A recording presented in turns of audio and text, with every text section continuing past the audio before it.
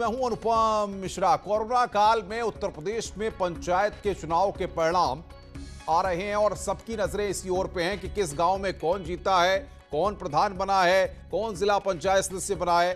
चर्चाओं का बाजार लगातार गर्म है। तमाम तरह की अटकलें क्योंकि इसको लेकर पहले लगती रही हैं। गांव गांव में माहौल सियासी है और आखिर गांव के दंगल में किसने किसको मात दी है, हर कोई इस बात को जानना चाहता है।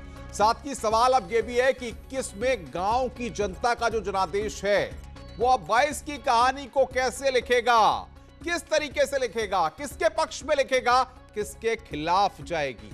अब यहां पर किसके लिए क्या संदेश निकलकर सामने आ रहा है, क्योंकि इसमें जिसकी बयार चल रही है वो हवा किस ओर जाएगी और कहां कहां पर इसमें दिग्गज धराशायी हो गए, उनके परिवार के लोग धराशायी हो गए और निर्दलियों ने कहां कहां पर डंका बजाया है कि वो आने वाले वक्त में राजनीतिक दलों के लिए मुसीबत खड़ी करेंगे।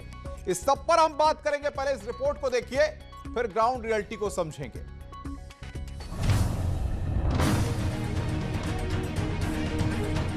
गांव की सरकार कमल के साथ। भारतीय जनता पार्टी हर चुनाव को पूरी गंभीरता से फाइनल की तरह से लेती है और भारतीय जनता पार्टी 2022 हो या उसके आगे के भी सभी चुनाव को भारी बहुमत से जीतने जा रही है। पंचायत का जनादेश, किसके लिए संदेश? उत्तर प्रदेश की जनता ने योगी को नकार दिया है। भारतीय जनता पार्टी की जुमलेबाज और भारतीय जनता पार्टी के झूठे वादे की जो राजनीति है वो उत्तर प्रदेश से अब खत्म होगी और आने वाले चुनाव में 2022 में बाईसाइकिल का परचम लहराएगा। सत्ता के तमाम दुरुपयोग के बावजूद भी जनता ने सत्ताधारी दल यानी भाजपा को आईना दिखा दिया है। पूरे मत प्रतिशत देखे जाए तो भाजपा का समूचे विपक्ष से काफी कम है, सीटों की संख्या भी कम है। 2021 के नतीजे, 2022 का ट्रेलर। कोरोना महामारी लोगों को अपने चपेट में लेती जा रही है। आज जरूरत है कि उत्तर प्रदेश की जनता के जान जीवन की रक्षा कैसे कर सके। जब लोग रहेंगे तभी चुनाव होगा।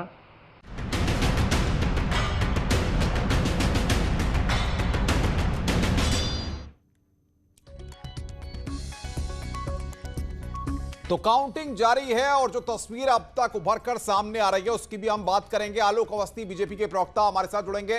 सतीश प्रकाश राजनीतिक विश्लेषक हैं, वो हमारे साथ जुड़ रहे हैं। मनीष गुप्ता वरिष्ठ पत्रकार हैं। अभिषेक सोम समाजवादी पार्टी के नेता और हमारी संवाददाता अनामिका सिंह जो कि लखनऊ की हमारी संवाददाता है। कल सुबह 8 बजे से जब से मतगणना शुरू हुई है, अनामिका लगातार ग्राउंड पर स्थिति को देख रही हैं। जो भी अपडेट्स समूचे उत्तर प्रदेश से उनके पास आ रहे हैं उनको देख रही हैं, किस पार्टी की हवा है, कैसे क्या गणित बनते हुए हैं, सब पर नजर बनाई हुई है। अनामिका बताइए ग्राउंड सिचुएशन। कल सुबह 8 बजे से मतगणना काउंटिंग जारी है और अब भी ये लगातार जारी है। 2357 तक की फिगर्स अब तक क्लियर हुई हैं 3050 में। क्या अपडेट आपके पास है? किस पार्टी को नुकसान, किस पार्टी को फायदा, क्या सियासी तस्वीर?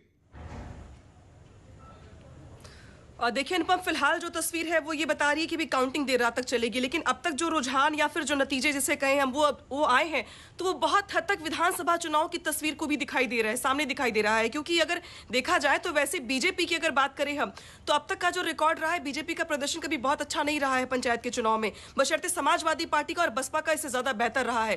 लेकिन इस बार हम देख रहे हैं नतीजों में कि बीजेपी समाजवादी पार्टी से आगे चल रही है, लेकिन समाजवादी पार्टी बिल्कुल ठीक पीछे है। यानी कि नेट टू नेट की फाइट यहां पर दिखाई दे रही है जो हमें 2022 के चुनाव में भी देखने को मिलेगी। थर्ड नंबर पे बसपा, हालांकि बसपा का प्रदर्शन इससे पहले अच्छा रहा है पंचायत के चुनाव में, लेकिन इस समय वो तीसरे स्थान पे दिखाई दे रही है। कांग्रेस चौथे स्थान पर है। तो कम से कम कमोबेश कह सकते हैं हम कि 2022 के विधानसभा चुनाव को लेकर जिस तरीके से गांव की सरकार ने जो तस्वीर दिखाई है, हमें कुछ वैसा ही दिखाई देने वाला है। हालांकि टेस्ट इसे कहते हैं, पंचायत के चुनाव जो 1 साल पहले हो रहे विधानसभा चुनाव के, ये लिटमस टेस्ट की तरह है। क्योंकि टेस्ट कई बार ये बताता नहीं कि फाइनल एग्जाम में क्या होगा आपके, लेकिन ये जरूर बताता है कि तैयारी किस तरीके की है। सवाल ये है कि हम देख रहे हैं जितने बड़े-बड़े दिग्गज हैं, चाहे पूर्व मंत्री हो, चाहे मौजूदा भारतीय जनता पार्टी के विधायक हो, चाहे और भी लोग हों, उनके परिवार के लोगों ने हार का सामना भी किया है। यही कुछ तस्वीर समाजवादी पार्टी के अंदर भी देखने को मिली है। देखिए अगर आप आकलन करेंगे सीट वाइज तो बहुत चौंकाने वाले नतीजे आए हैं। क्योंकि एक तरफ मुलायम सिंह यादव के गढ़ में उनकी भतीजी हार गई हैं, तो वहीं दूसरी ओर अयोध्या, जहां पे मतलब माना जाता है कि बीजेपी का वहां पे हारना नामुमकिन था, वहां पर बीजेपी को करारी हार का सामना करना पड़ा है।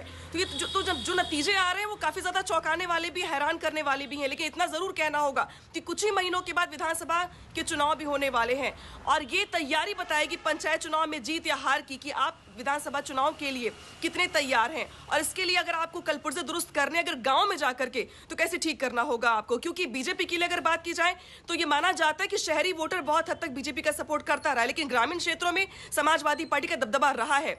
तो अगर समाजवादी पार्टी यहाँ पर कुछ सीटों से पीछे हो रही तो समाजवादी पार्टी को चलिए, देखना कुछ होगा। घंटों के बाद मुझे लगता है तस्वीर और साफ होगी। अनामिका, हम आएंगे आपके पास। आलोक अवस्थी जी, 22 के सियासी दंगल से पहले हम आपसे 21 में जो ये परिणाम सामने आ रहे हैं उनको भी समझेंगे जब आप हमारे साथ जुड़ेंगे।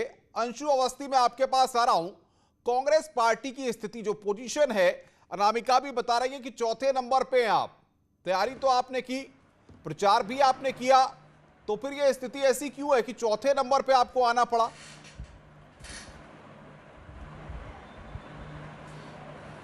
देखिए अनुपम जी, कांग्रेस पार्टी ने मजबूती से चुनाव लड़े हैं और आप जानते हैं कि जो ये पंचायत चुनाव होते हैं इसमें जो क्षेत्रीय ग्रामीण पृष्ठभूमि के जो मुद्दे होते हैं, ग्रामीण व्यक्तित्व होता है, ये सब बड़ा मायने रखता है।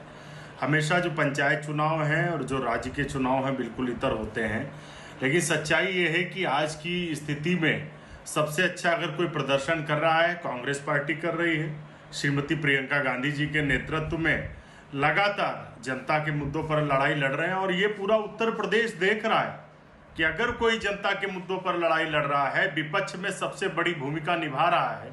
हम सरकार में न होते हुए भी जितना हमने कोरोना के समय में लोगों की मदद की है, सहयोग किया है, उनको अन्न राशन पहुंचाया है, उनको आज भी ऑक्सीजन कॉन्सेंट्रेटर पहुंचा रहे हैं। लेकिन जनता आप पर भरोसा नहीं जता रही है। अंशु अवस्थी, ये बात ठीक है, आप दिन रात मेहनत करिए, खून पसीना बहाइए, लेकिन जनता के दिल में अगर आप जगह ना बना पाए तो कोई मतलब नहीं है, व्यर्थ है वो।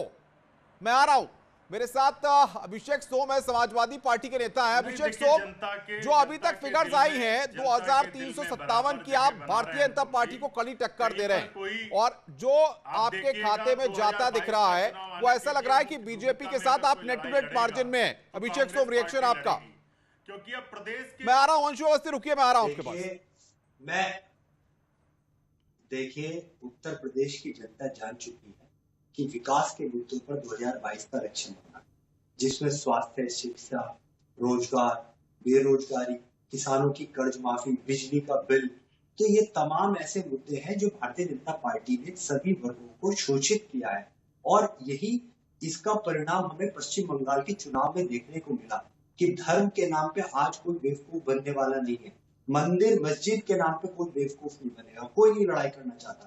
तो ये सारे भारतीय जनता पार्टी का जो असली चेहरा है वो पूरा देश जान चुका है कि हमें धर्म नहीं रोटी चाहिए, हमें धर्म नहीं। लेकिन वो तो आपको टक्कर दे रहे हैं। नहीं, देखिए विरोध के लिए नहीं, वो तो आपको टक्कर दे रहे हैं साहब। अभी भी आपसे आगे चल रहे हैं। आलोक अवस्थी जुड़ गए हमारे साथ। आलोक अवस्थी, समाजवादी पार्टी के नेता कह रहे हैं कि बीजेपी का चेहरा सामने आ गया, इसलिए समाजवादी पार्टी पर जनता भरोसा जता रही है पंचायत के चुनाव में। देखिए, अभी जो भी लोग दावा कर रहे हैं बहुत जल्दबाजी कर रहे हैं। 918 सीटें हम जीत चुके हैं, जो हमारे पास डेटा है पार्टी का, और 412 में हम आगे चल रहे हैं। इसके साथ साथ हमारे तमाम जो बागी उम्मीदवार थे, जिन्होंने भाजपा का टिकट जिनको नहीं मिला था और वो लड़ गए थे, वो भी तमाम जीते हैं। साथ ही साथ निर्दलीय जितने हैं वो भी हमारे पक्ष में खड़े हैं। तो ये लेकिन आलोक जी, आपके कई विधायक जो है उनके परिवार के लोग चुनाव हार गए हैं, ये भी सच्चाई है, स्वीकार कीजिए इसको। देखिए, चुनाव में हार जीत लगी रहती है, कोई अमर होकर नहीं आता कि वो हर चुनाव जीतेगा। लेकिन हमारे तमाम प्रत्याशी जीते हैं, ठीक है, वो विधायक के परिवार से नहीं जीते होंगे, लेकिन हमारे तमाम जो भी जीते सब हमारे कार्यकर्ता जीते हैं और वो सब भारतीय जनता पार्टी के जिला पंचायत के अध्यक्ष चुनेंगे। और आप देखिएगा 70% से अधिक जिला पंचायतें भारतीय जनता पार्टी के हाथ में होगी। अभिषेक जी, ये कॉन्फिडेंस है बीजेपी का या ओवर कॉन्फिडेंस है? देखिए, कानून की धज्जर उड़ाना अगर किसी को देखना चाहते हो तो भारतीय जनता पार्टी से सीख सकते हैं और पूरी दुनिया देख रही है। कानून को ये मानने वाले लोग नहीं है, कोविड प्रोटोकॉल को ये मानने वाले लोग नहीं है। अरे भाई, आपकी जिम्मेदारी, आप सरकार चला रहे हैं, आपकी जिम्मेदारी, आज जनता मर रही है, उनको ऑक्सीजन नहीं है, बेड नहीं है, स्वास्थ्य सेवाएं नहीं है और ये लोग इनके अधिकारी फोन नहीं उठाते हैं, सीएमओ को फोन करा जाए वो नहीं उठाते, कलेक्टर। अभिषेक जी, अभी डिवेल मत करिए मसले को। नहीं, ये समस्याएं हैं, हम लगातार उठा रहे हैं। अभी बात यहाँ पर जो कर रहे हैं उसको करिए भाई। नहीं, इन 2022 के चुनाव में यही बहुत बड़ा मुद्दा है कि भारतीय जनता पार्टी ने जो कोरोना के नाम को हथियार बना के लाखों लोगों की वैक्सीन को लेकर जो बीजेपी के वैक्सीन इसको बंद लगवाना, पूछिए इनसे। इतने ये समझदार और बहुत जागरूक हैं। हमने तो ये प्रचार करा कि इनके नेता अखिलेश यादव ने क्यों भ्रम फैलाया। आज ये वैक्सीन की बात कर रहे हैं, अस्पतालों की बात कर रहे हैं, कोविड की बात कर रहे हैं, इसका कौन जिम्मेदार है? अखिलेश यादव सबसे बड़े जिम्मेदार है जिन्होंने भ्रम फैलाया। जगदेव सिंह यादव हमारे साथी प्रवक्ता हुआ करते थे समाजवादी पार्टी के, उनकी मृत्यु हो गई चूंकि उन्होंने भी टीका नहीं लगवाया, जबकि वो एलिजिबल थे टीका लगवाने के। तो इस तरीके का जो भ्रम फैलाया है। अंशु अवस्थी में आपको लाऊंगा। अंशु अवस्थी, सवाल ये है कि यहाँ पर पंचायत चुनाव के परिणाम से बीजेपी को गदगद होने की जरूरत है। आलोक अवस्थी जिस कॉन्फिडेंस लेवल की बात कर रहे हैं, आपको लगता है कि बीजेपी के लिए क्लीन स्वीप है और 22 का रास्ता बीजेपी के लिए यहां से क्लियर हो रहा है?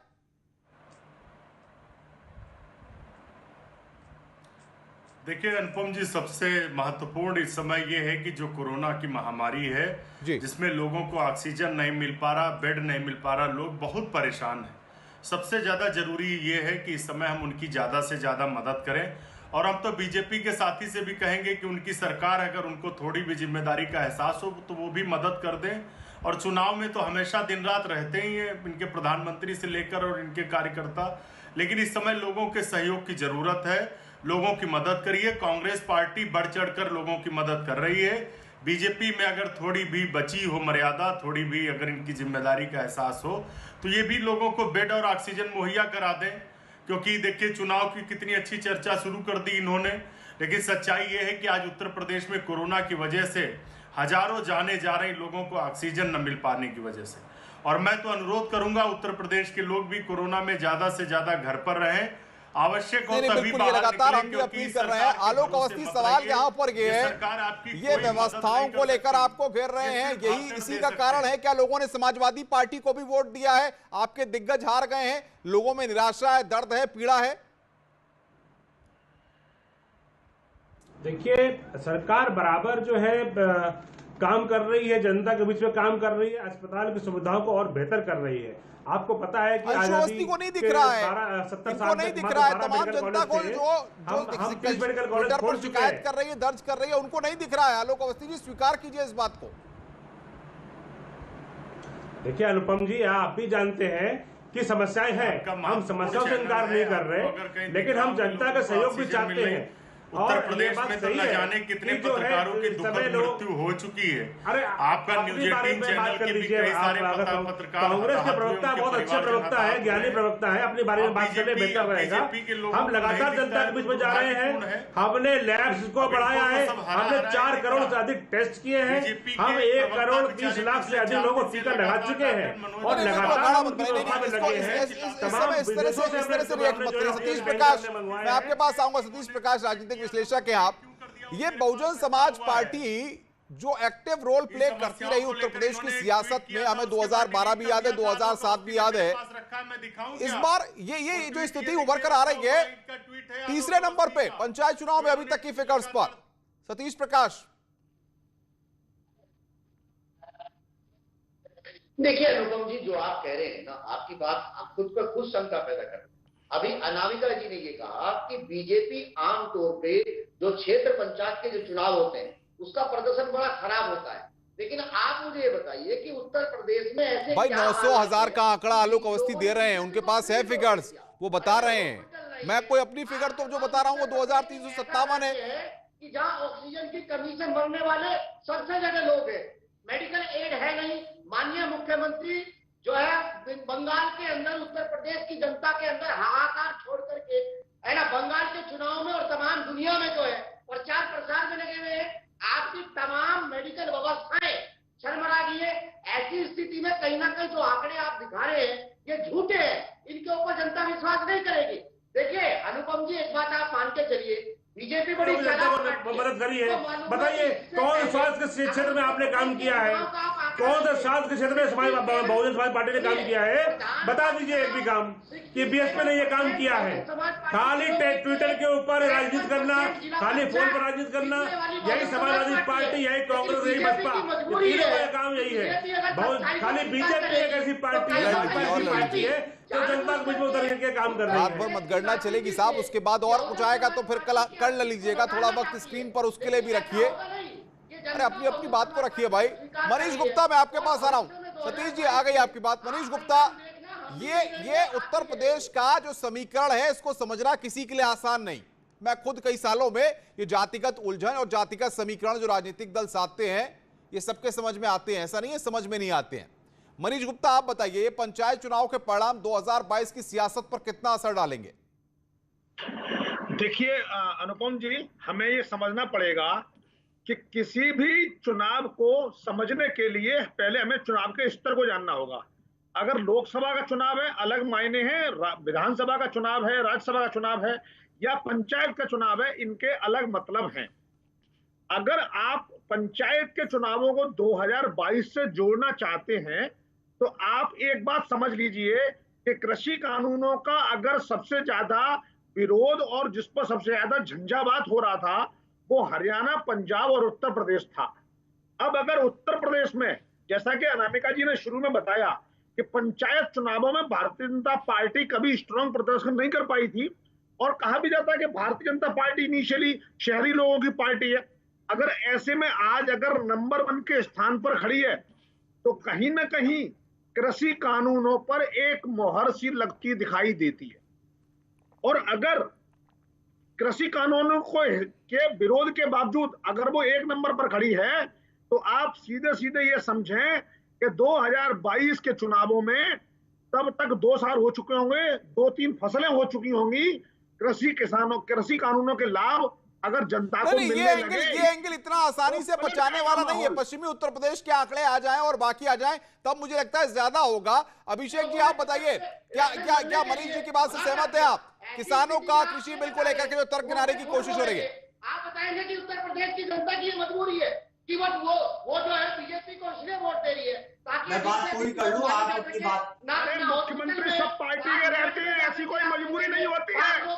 अरे मायावती जी भी मुख्यमंत्री रही है, अखिलेश यादव भी मुख्यमंत्री रहे हैं, पंजाब सिंह भी मुख्यमंत्री रहे हैं, और इनके मुख्यमंत्री में दूसरी पार्टी के प्रधानमंत्री रहे हैं। तो ऐसा अभिषेक सोम, रुकिए भाई, सतीश जी रुकिए सतीश जी, मैं आ रहा हूँ। अभिषेक सोम, जवाब दीजिए। देखिए, मैं आप सभी से अनुरोध करूंगा, मेरी बात पूरी होने दे, फिर आप अपनी बात रखें तो ज्यादा बेहतर है। मैं सभी से अनुरोध कर रहा हूँ। 53% जिला पंचायत जीती है तो बीजेपी का है, बीजेपी तो सत्ता से बाहर है। इतना गुस्सा क्यों है? इतना गुस्सा क्यों है भाई? इतना गुस्सा क्यों है? पानी वानी पी लीजिए, इतना टेंशन लेने की जरूरत नहीं है भाई। आ जाएंगे परिणाम, बता देंगे आपको। और सतीश जी, इतना गुस्सा मत कीजिए भाई, इतना चिल्ला चोट करने की मतलब ही नहीं है। सतीश जी रुकिए भाई, मैं तो बड़ी आराम से आपसे निवेदन कर रहा हूँ। सतीश जी, पार्टी की पोजीशन बेटर है तो कहीं ना कहीं किसान कानून अप्रूव होने जा रहे हैं और उत्तर प्रदेश लोकसभा में जीत का केंद्र होता है। ऐसे में अगर कृषि कानून पर मोहर लगती है तो भारतीय जनता पार्टी के लिए ये बंगाल की बात बड़ा मरहम का काम करेगा, बहुत बड़े सुकून। अंशु अवस्थी, यहाँ पर एक बात निकल के आई है जो मनीष जी कह रहे हैं, वरिष्ठ पत्रकार हैं, इस बात को कह रहे हैं कि बंगाल की हार का मरहम पंचायत चुनाव की जीत भारतीय जनता पार्टी को बूस्टअप करेगी। अंशु अवस्थी, भी शानदार दिखाई दे रहा है। किसानों का बिल बीजेपी की जीत में सबसे बड़ा कारगर फैक्टर, बताइए अंशु अवस्थी। उत्तर प्रदेश में पिछले 4 साल में ये बात उत्तर प्रदेश के लोगों को समझ में आ गई है कि उन्होंने पिछली समाजवादी पार्टी की सरकार भी देख ली, बसपा भी देख ली, और भाजपा से उम्मीदें थी, इसलिए भाजपा को इतना बड़ा जनादेश दिया था। भाजपा को भी देख लिया, 4 साल में कुछ भी डिलीवर नहीं कर पाई उत्तर प्रदेश की बीजेपी सरकार। चाहे रोजगार का मकसद रहा हो, तो 918 प्रत्याशियों की जीत का दावा कर रहे हैं आलोक अवस्थी भाई, आपने सुना है, फिर आप कह रहे हैं डिलीवर नहीं कर पाए। जनता ने तो भरोसा जताया ना। उत्तर प्रदेश में नेग्लेक्ट कर देती जनता, एक भी वोट नहीं देती। 10 सेकंड तो दे दीजिए। मुझे अनुपम जी 10 सेकंड दे दीजिए, मैं और अपनी बात भाजपा चुनाव जीत रही है और ये कह रही है कि डिलीवर नहीं हो रहा। भाई कांग्रेस डिलीवर कर रही है क्या? आप कोई कॉमन सेंस की बात तो करिए। मैं इसको बोलने को मना किया, कौन है ये? अनुपम जी कौन है ये? मनीष जी बोले दीजिए। कौन है ये? नहीं अंशु अवस्थी बोलिए आप। मैं अपनी बात पूरी कर लूं। मैं इसीलिए अनुरोध कर रहा हूं, अब उत्तर प्रदेश में लोग चाहते हैं कि श्रीमती प्रियंका गांधी जी विकल्प, सारे दलों को देख लिया देश के लोग, उत्तर प्रदेश के लोगों ने, और सबसे ज्यादा उम्मीदें भारतीय जनता पार्टी से थी क्योंकि इनकी केंद्र में भी सरकार थी। इन्होंने कहा डबल इंजन हो जाए तो हम प्रदेश का विकास और तेजी से करेंगे, और जबकि सच्चाई यह है कि उत्तर प्रदेश बेरोजगारी में बहुत पीछे चला गया। आज कोरोना के समय भी कांग्रेस पार्टी, श्री राहुल गांधी जी, श्रीमती प्रियंका गांधी जी लगातार कह रहे हैं कि आप जो परिवार हैं उनको 6,000 रुपए प्रतिमाह दीजिए, उनकी मदद करिए, लेकिन ये 5 किलो गेहूं देके अपना पल्ला झाड़ ले रहे हैं। अरे लोगों को नहीं चाहिए। आलोक अवस्थी, जनता ने कांग्रेस को भले ही चौथे नंबर पर बिठाया, लेकिन इरादे कांग्रेस के बुलंद हैं। अंशु अवस्थी के इरादे बुलंद हैं, वो आपसे फाइट करने के लिए तैयार है। कांग्रेस क्या कर रही है, प्रियंका जी क्या कर रही है, डिफेंड बहुत अच्छी तरीके से कर रहे हैं अंशु अवस्थी, तारीफ करते हैं इनकी। बीजेपी के लोग दिन रात झूठ बोलते, लोगों को बरगला। देखिए कांग्रेस के नेताओं का काम है कि खाली टेलीविजन पर जाकर अच्छी डिबेट कर लेना, एक अच्छी डिबेट करना टेलीविजन के ऊपर, और एक जनता के बीच में जाकर फ्लॉप हो जाना। क्योंकि अब भाई मेरी बारी, अंशु जी आप सुन चाहिए, अनुपम जी रोकिए इनको, मैं अपनी बात कर लूं अपनी बात। मेरी बात लीजिए। आलोक अवस्थी बहुत गदगद है भाई, 918 सीटों का दावा कर रहे हैं, गदगद है, खुशी बहुत है आलोक जी। अनुपम जी बात सुन लीजिए। देखिए हंसी मजाक का काम नहीं है, ये बात डंके की चोट पे कही जा रही जो मैं आपसे कह रहा हूँ। सीधी सी बात यह है, हमारी पार्टी ने काम किया है, नहीं तो क्या कारण है कि 2014 में हमको 2/3 बहुमत दिया यूपी सरकार ने, हमको जो है 2017 में 2/3 का बहुमत दिया यूपी की जनता ने, हमको 2019 में हमको 60% से अधिक सीटें दी हमको लोकसभा के अंदर। क्या कारण है कि 16 नगर निगम में हमको जो है 14 नगर निगम में हमारा मेयर बैठा है, इन पार्टियों का सफाया हो गया वहां पे। क्या कारण है पिछले 7 विधानसभा सीटों का चुनाव हुआ था, 6 सीटें बीजेपी जीती है, उसमें से 1 सीट समाजवादी पार्टी को मिली है। उसके बाद ये नेता जो है गान बजा रहे हैं, राहुल गांधी कहां पर है? मल्लापुरम केरल के अंदर, अमेठी के अंदर जनता ने इनको जो है भंगी करके भेजा, इनको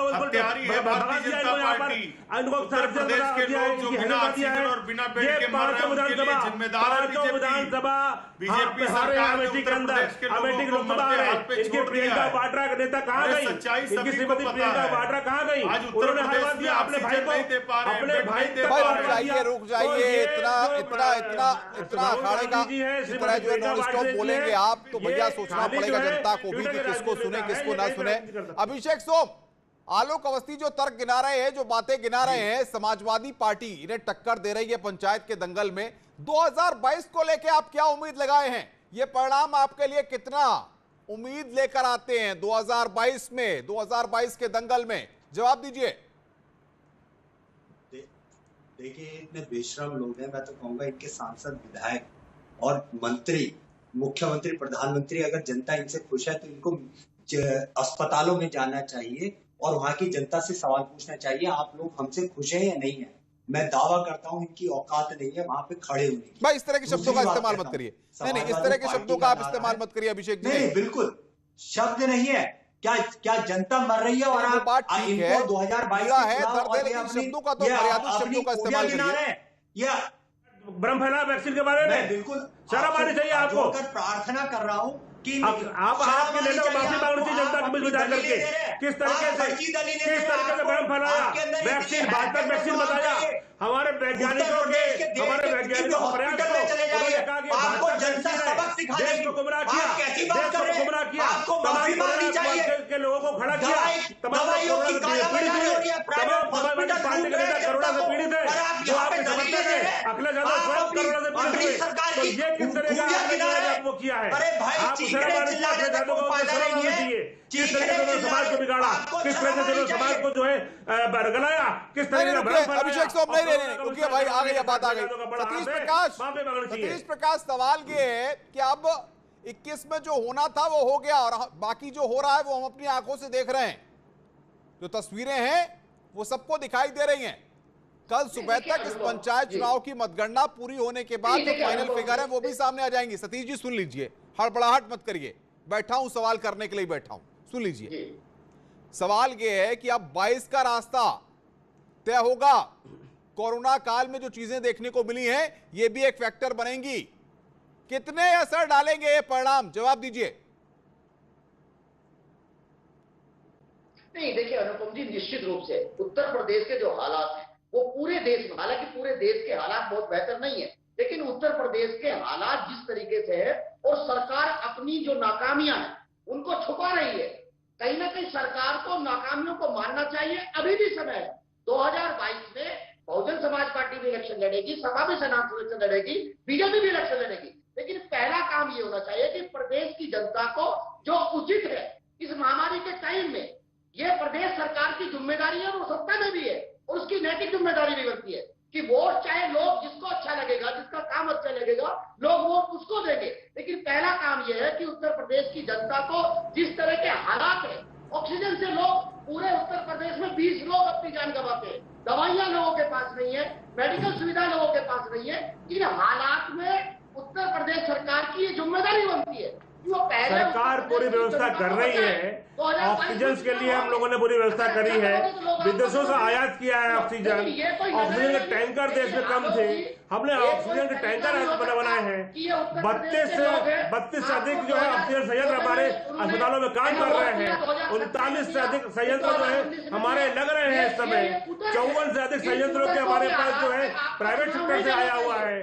तो आप कह रहे हैं कि कमी है, ठीक है, तत्कालिक रूप से पूर्ति कर रहे हैं। रुकिए अभिषेक जी, अब जब फाइनल फिगर सामने आएंगी, अभिषेक जी रुकिए, सतीश जी रुकिए भाई, अभिषेक जी अब जब फाइनल फिगर्स आएंगी समाजवादी पार्टी क्या नंबर एक्सपेक्ट कर रही है, जवाब दीजिए। मैं कल सुबह देखूंगा, बताइए अभिषेक जी जवाब। देखिए 2022 का जो चुनाव है वो स्वास्थ्य किसान पे लड़ा जाएगा। हमारा नारा है कि किसानों का बिजली का बिल माफ, शहरों का बिजली का बिल हाफ और भाजपा साफ। ये तो किसानों के लिए है, कर्ज माफी के लिए भी हम लोग योजना बना रहे हैं। नारा भी तैयार कर लिया स्वास्थ्य को भाई, सुना दीजिए दोबारा, एक बार सुना दीजिए, एक बार जनता सुन नहीं पाई, दोबारा बोलिए अभिषेक जी, सुन लें जरा, हम भी नोट कर लें। जी देखिए, समाजवादी पार्टी का नारा है किसान का बिजली का बिल माफ, शहरों का बिजली का बिल हाफ और भाजपा साफ।